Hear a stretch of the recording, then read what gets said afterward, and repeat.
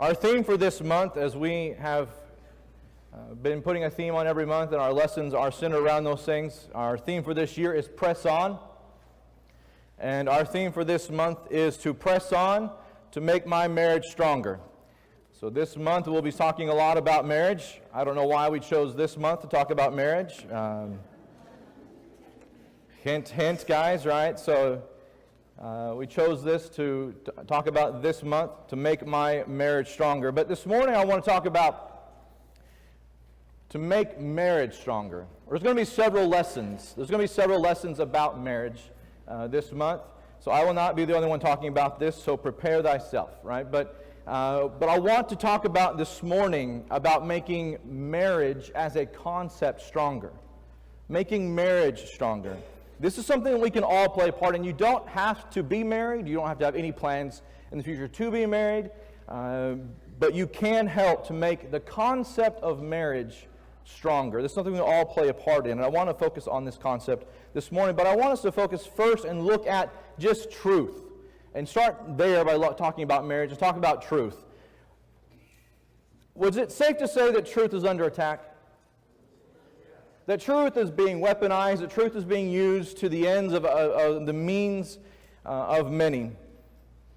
Truth and things that we thought would never be discussed are being redefined, remolded, and reshaped to the whims and concerns of others, to those who crowd the loudest for injustice.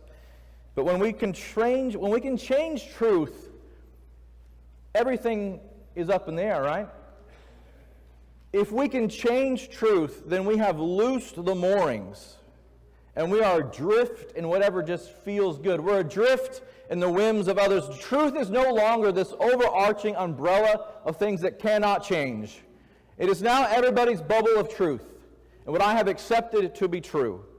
When truth erodes, it erodes everything, and one thing that's under fire, and has been for many years, is marriage. But what has gotten us there? What has gotten us to the point that we can change so much? And one of those things is postmodernism. And you've heard it talked about before, postmodernism. The thing that's eroded truth. They say postmodernism can only be described. You can't define postmodernism. You know why? Because if you define postmodernism, then you're putting on it what it won't say for itself. You can't use definite terms and boundaries and absolute truths to define postmodernism. If you're talking with a postmodernist, and he said, these things, this is what truth is like, you have to ask them, are you sure? And he has to say no. You know why? Because he can't make any truth statements.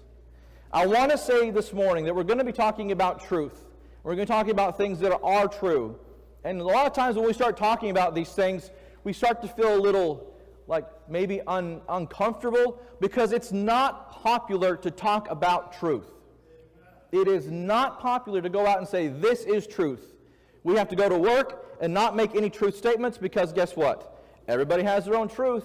I can't say anything. I have to go to work and I legally can't say something that's true because it's legally binding. I can't say those things. And so this morning, we are free to talk about truth. We are uninhibited to talk about truth, and we are not attacking anybody. We've also got a concept going on that if I say something that's true and it's contrary to somebody else's truth, then I'm attacking that individual. No. We should be able to reason with each other. We should be able just to talk about things and not yell at kids who are wearing hats, right? Can we do that? Can we just talk? And we're going to do that this morning and just talk about truth. And so if you get uncomfortable, I'm sorry, we're just talking about truth. We can do that. I'm not attacking anybody. I'm getting animated. Sorry. But we're not attacking anybody. We're not attacking anybody. We need to be able to talk about things. People want to say that truth is relative. That naturalists have their truth, pantheists have their truth, Christians have their truth, and on into infinity. Everybody has their own truth. And nobody can say anyone is better than the other, and everything is equally valid. Postmodernism argues that people are fundamentally subjective. Everybody's subjective. Everybody's subjective. Because everybody has their own unique beliefs and values, and the way they organized the way they organized, so a postmodernist wrote this. It said, the way they organize factual data. What can he not say? Truth. Can't say truth, but I can say factual data. So the way they organize factual data, so everybody has their own narrative. that they have and they play out in their lives and construct all their data around that. And so everybody has their own narrative. So a postmodernist can't say truth, they have to say narrative. And so everybody has their own narrative. But postmodernism just questions everything and leaves nothing in its place. Leaves nothing. How do I know that truth is eroding? How do I know that postmodernism is... I'm going to ask a few questions. Is this picture, which one in this picture is boy and which one's girl? Boy or girl? Has truth eroded? Did we ever think we'd be talking about this? This is not, I'm being completely serious. I don't want to be, did we ever think that we would be talking about if this is a boy or a girl? There are groups now that are promoting that you can start transitioning a child as early as 18 months. That if they're playing with certain toys or doing certain characteristics as early as 18 months is healthy to start transitioning a child from the gender that they were born with to a different gender. 18 months. There are people promoting that. Boy or girl? Now, I understand gender dysphoria is a real thing, but it is a minute percentage of people who have that compared to those who are trying to change. And if you had any question about how this is being sold to children, we have the gender unicorn. The gender unicorn, you say? Yes, the gender unicorn. The Trans Student Educational Resources is a youth-led organization dedicated to the transforming and the educational environment of the trans and gender nonconforming students. This is from their website. Through advocacy and empowerment, in addition to our focus on creating a more trans-friendly education system, our mission is to educate the public and teach trans activists how to be effective organizers. We're not only going to say this is what we need to do, but we're going to be activists about it and make sure everybody else accepts it. They say that each of these categories is the concept for gender is different for everybody. This is how they sell it to children. That you can have your gender identity and have a sliding scale on where you are in your gender identity, gender expression, sex assigned at birth, physical attracted to, or emotionally attracted to. All these things are a sliding scale from 0 to the moon and back on all of these things. This is what's being sold to children. There are counties in Florida that say, we're all in. We're all in. And they're saying we're not going to discriminate between sexual orientation, gender, gender expression, gender identity, political beliefs, marital status, or linguistic difference, which they shouldn't. They shouldn't. Should a school system make a difference if you a student comes to school, doesn't matter what they believe, doesn't matter the color of their skin, doesn't matter anything when they come to school to be taught. Should that matter? No, it shouldn't. We should have respect for every living person. That is what matters. They should not have to write something about it to say, well, we're going to do this now. You should have been doing it anyway. But what I have a problem against is their policy specifically says to expand the knowledge, understanding, and awareness of the LGBTQ studies and the LGBTQ social movements. That is wrong. I'm sorry. I don't send my kid to school so you can teach them that. That is math and the other basic stuff that I might not have done that well in. But other than that, I don't send my school so that you can teach them morals. That's something I take care of in the home. I should not have to unteach my child the weird way of doing math and unteach my child morals, right? I should not have to do that. I should not have to do that. That's when it's wrong. Another decision. Child or choice? Child or choice? Did we ever think that this would be something we'd be talking about? 1973, Roe v. Wade just blew the barn doors wide open on this being an option. Recently, New York is the latest in the states to join the ranks of 7 others that already had it as far as abortion up to birth. A columnist in the New York Post wrote an article stating that the abortion debate, New York's new law, is about saving lives.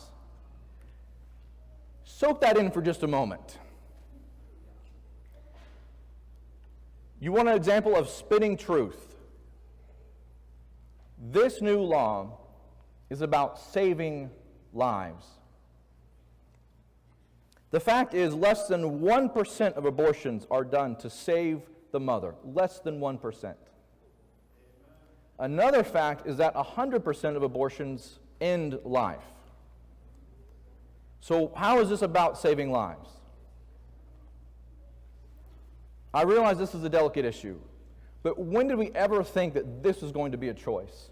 When did we ever think that a governor, a Virginia governor, Ralph Northam, would talk about and support the Repeal Act that would remove all barriers to abortion, even talking about how it's all right to let a child who's born alive to die, and say people have blown it out of proportion? How did we get here? This is where we are in truth. And so is it any wonder that we need to talk about making marriage strong again? If we can get to this point where we're talking about killing innocent children, mark my words, what's next? What is next? Marriage. Making marriage stronger. We need to stand up for making marriage stronger. We need to pursue the truth of marriage. There's a lot of information out there, a lot of definitions of marriage. People say marriage brings 2 people together who love each other.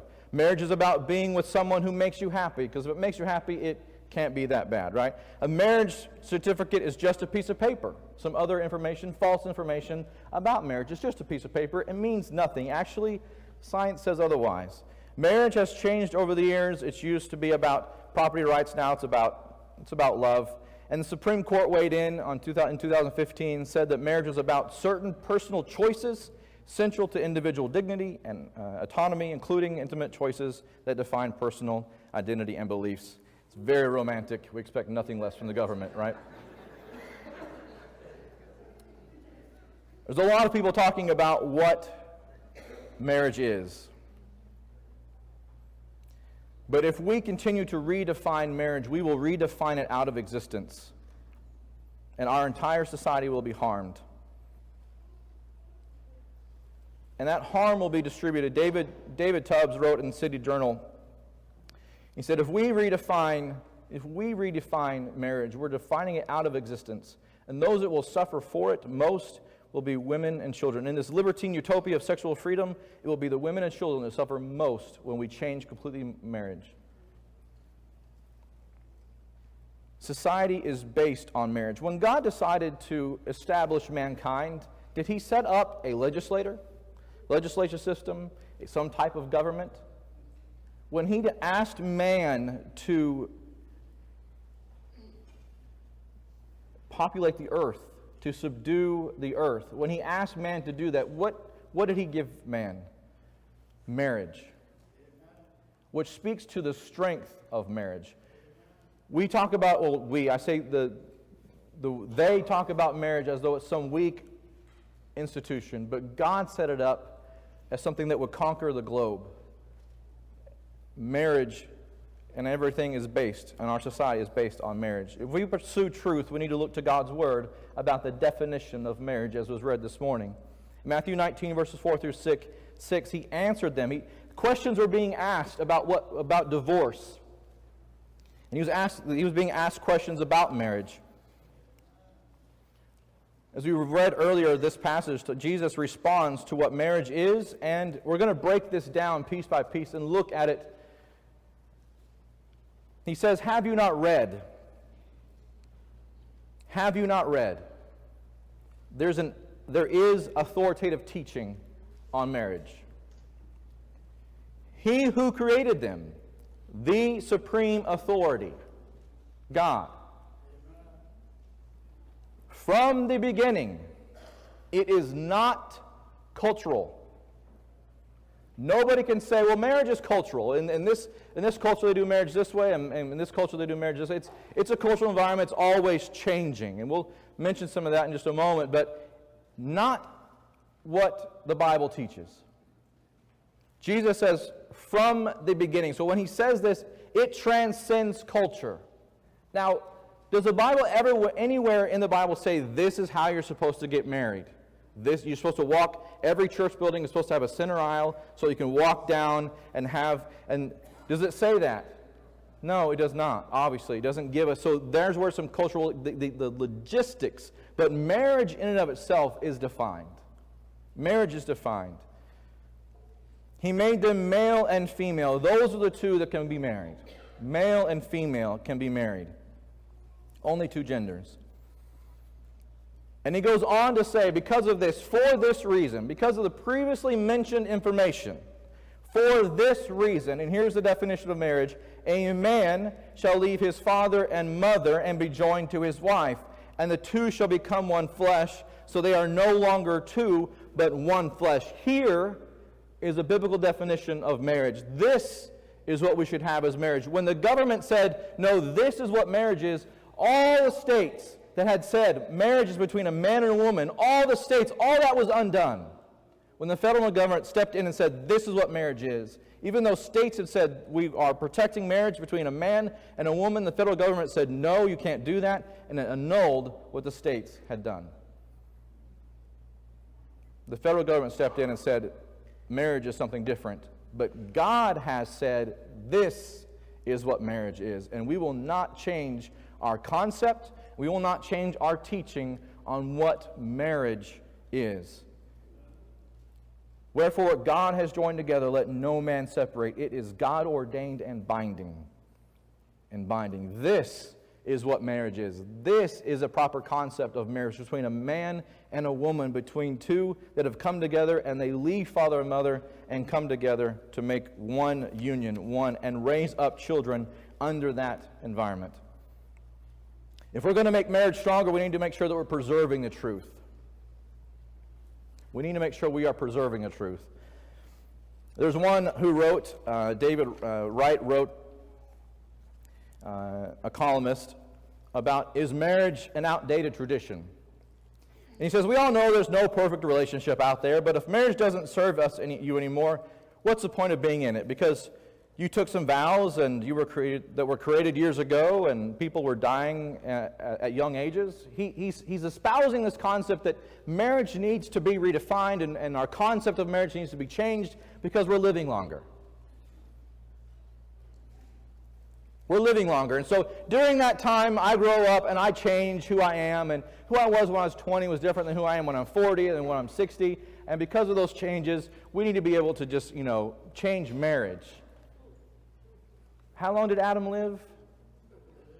How long was he married to Eve? That does not make a change.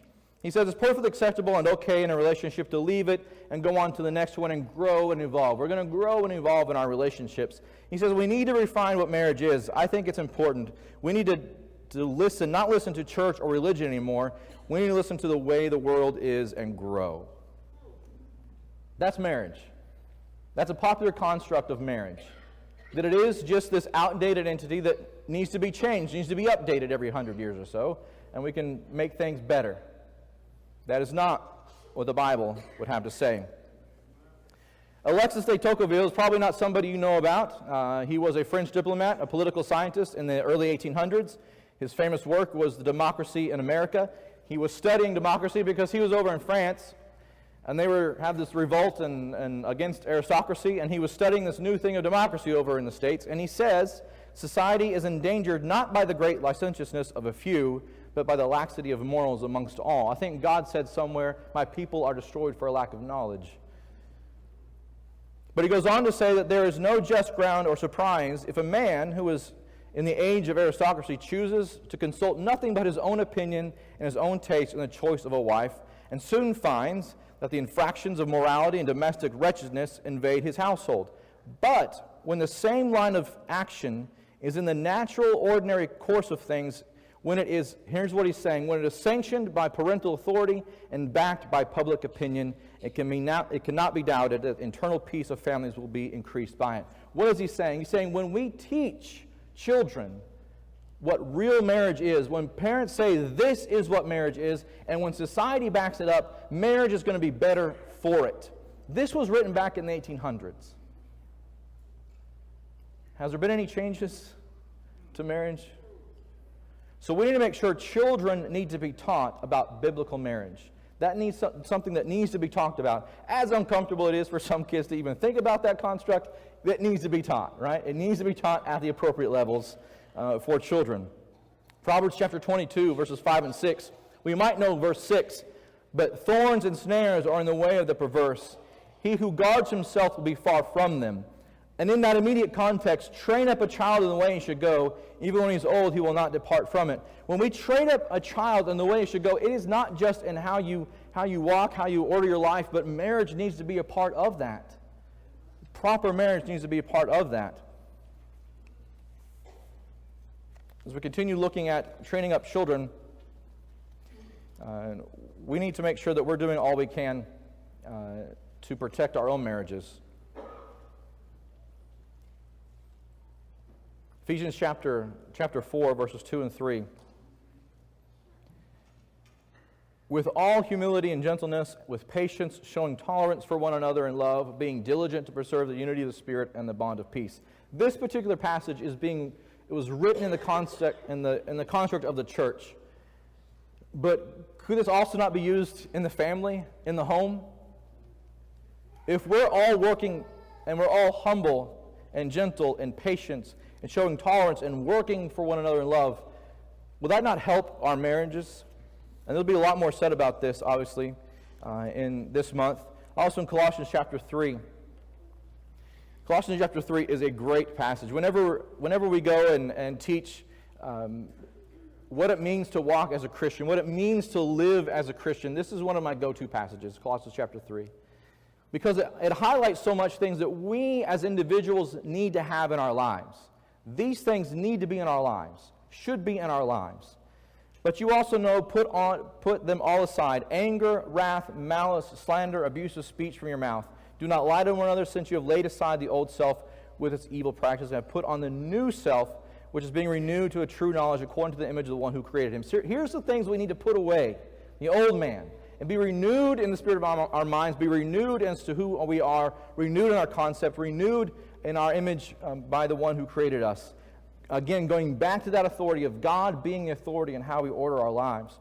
So as those who have been chosen by God, holy and beloved, put on a heart of compassion, kindness, humility, gentleness, patience, bearing with one another, and forgiving each other. For whoever has a complaint against anyone, just as the Lord forgave you, so also should you. If our marriages were use these principles, do you think that would be a good thing? Now, this works in any interaction with another human being. This works. What's interesting is this passage goes on to talk about how to apply this in marriage, how to apply this with your children, how to apply this in the workplace. So you can see how this is a great passage when we talk about what it means to live as a Christian. Put off these things, put on these things, and then apply them in marriage, in the home, in the workplace. In all these areas, these things need to be applied. We should be exemplary in all things, and marriage is no exception. Marriage should be no exception. As we strive to pursue and preserve the truth, we need to make sure that our actions are doing that as well, and our marriages are doing that. We need to make sure that we are promoting the truth. There's a lot of lies out there about marriage, right? There's a lot of lies about marriages. If you're not happy, don't stay in an unhappy situation. You deserve to be happy. That's a very common lie. Divorce is always an option. It's you get married, and if a few years down the road it's not working out, divorce is always an option. Or another one is you just may have just fallen out of love because you fell into it. You can fall out of it, right? As though it was like I don't even know how that works, but if you can fall into it, you can fall out of it. If you fell into love, you might not know what love really is. Just saying, okay? But marriage provides a foundation for the family, and the family is fundamental building block of all human civilizations. Marriage unites husband and wife, and marriage unites parents with children as they have them, and they set the next generation in motion. We make sure that we are promoting truth about marriage. We need to model proper marriages. If we're promoting truth, we need to model proper marriages. We need to watch what we say and what we do. It was spoken of one of the disciples, you're one of Jesus' disciples. And he's like, no, I'm not. Remember Peter at the fire? No, I'm not. Your language betrays you. Does our language betray us in how we talk about marriage? Do we ever get caught up in some of the same jokes in front of our children about what marriage is or is not? And we become the mouth where we begin to say some of those things, those false concepts about marriage. We need to also show how to love. How to love. Healthy love needs to be exampled in the marriage and to our children. They're getting all kind of examples out in the world about what marriage is, ideas about what marriage is, ideas about what love is completely corrupt. We must, in our homes, model what love looks like, what respect looks like, what it means to be married. We need to model how to resolve conflict. No amen on that one. So we need to resolve how to... I was waiting, brother. I was waiting. We need to learn to resolve conflict. Has there ever been conflict in marriage? Yes. Where two or three are gathered, there's going to be conflict, right? We have differences of opinions on things. But we need to model how to resolve marriage. Resolve conflict in marriage. So be careful on that one. Resolve conflict in marriage. There's a healthy way of doing that. Would it be any surprise to you the Bible gives us a healthy conflict resolution model? That if you have aught with somebody, maybe I should go and talk to that individual. Wow. That would be great. We also need to make sure that we are raising children. How we raise children should be done and promoted and modeled in marriage. How we maintain the home should be modeled in marriage. And the roles of man and woman in marriage should be taught as well.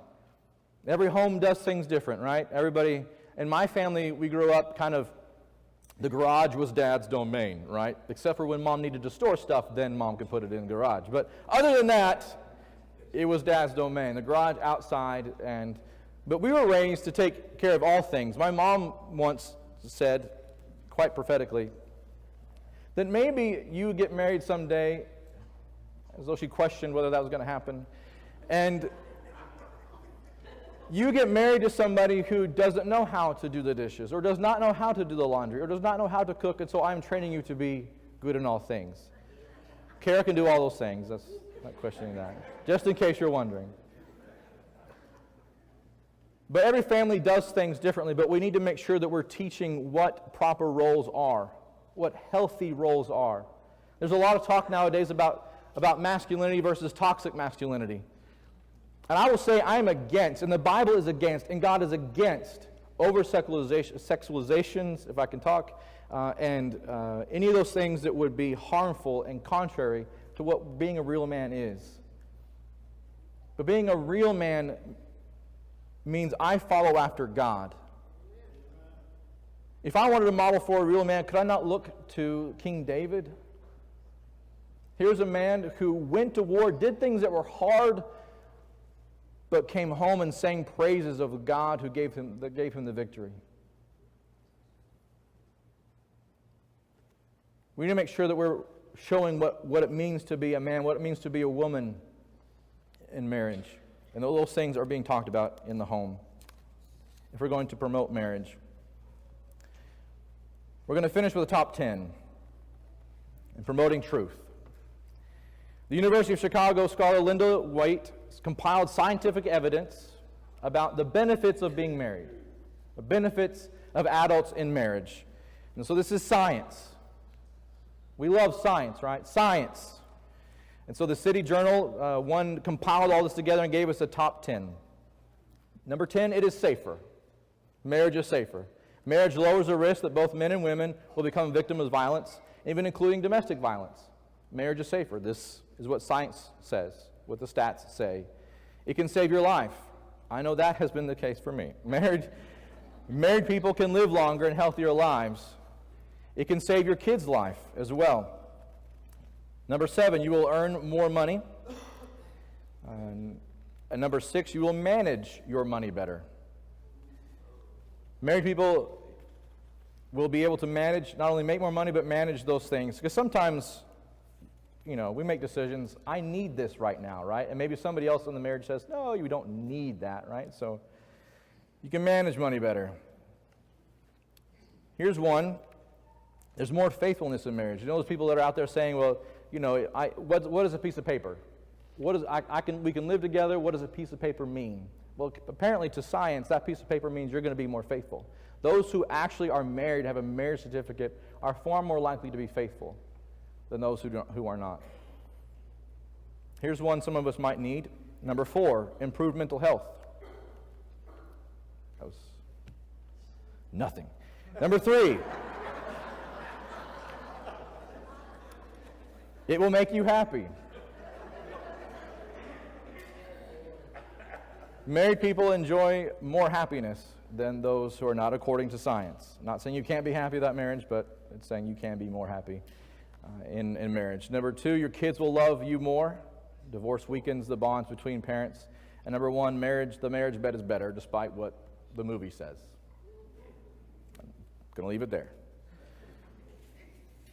So if we want to make marriage stronger, we need to make sure that we're pursuing the truth about marriage and that we're promoting and preserving the truth of marriage. These things should be something we are about. We should stand up and say, no, that is not what real marriage is. No, that is not. Let us discuss marriage, and let us discuss what science says about marriage, and the statistics say about marriage, and what history has said about marriage, and more importantly, what God has said about marriage. Marriage needs to be protected, and we need to be among those who are most prominent in protecting it. Truth is changing in so many ways. I am honestly afraid of the things that our children are going to be going through in the future. Are we preparing them for the great changes that are coming down the pike? Are we preparing them for that they will have healthy, strong marriages, despite what the world around them is saying? Will they have strong, healthy marriages? This morning has been a discussion of truth. And while we discuss truth, we seek to look to God's authority on all things. There was a man in Acts chapter 8 who was studying God's Word and wondered about the truth that was written there. He said, who does this prophet talk about, himself or some other? And Philip taught him from the beginning passage in Isaiah chapter 53. They went on the way discussing, the text says, he taught him Jesus.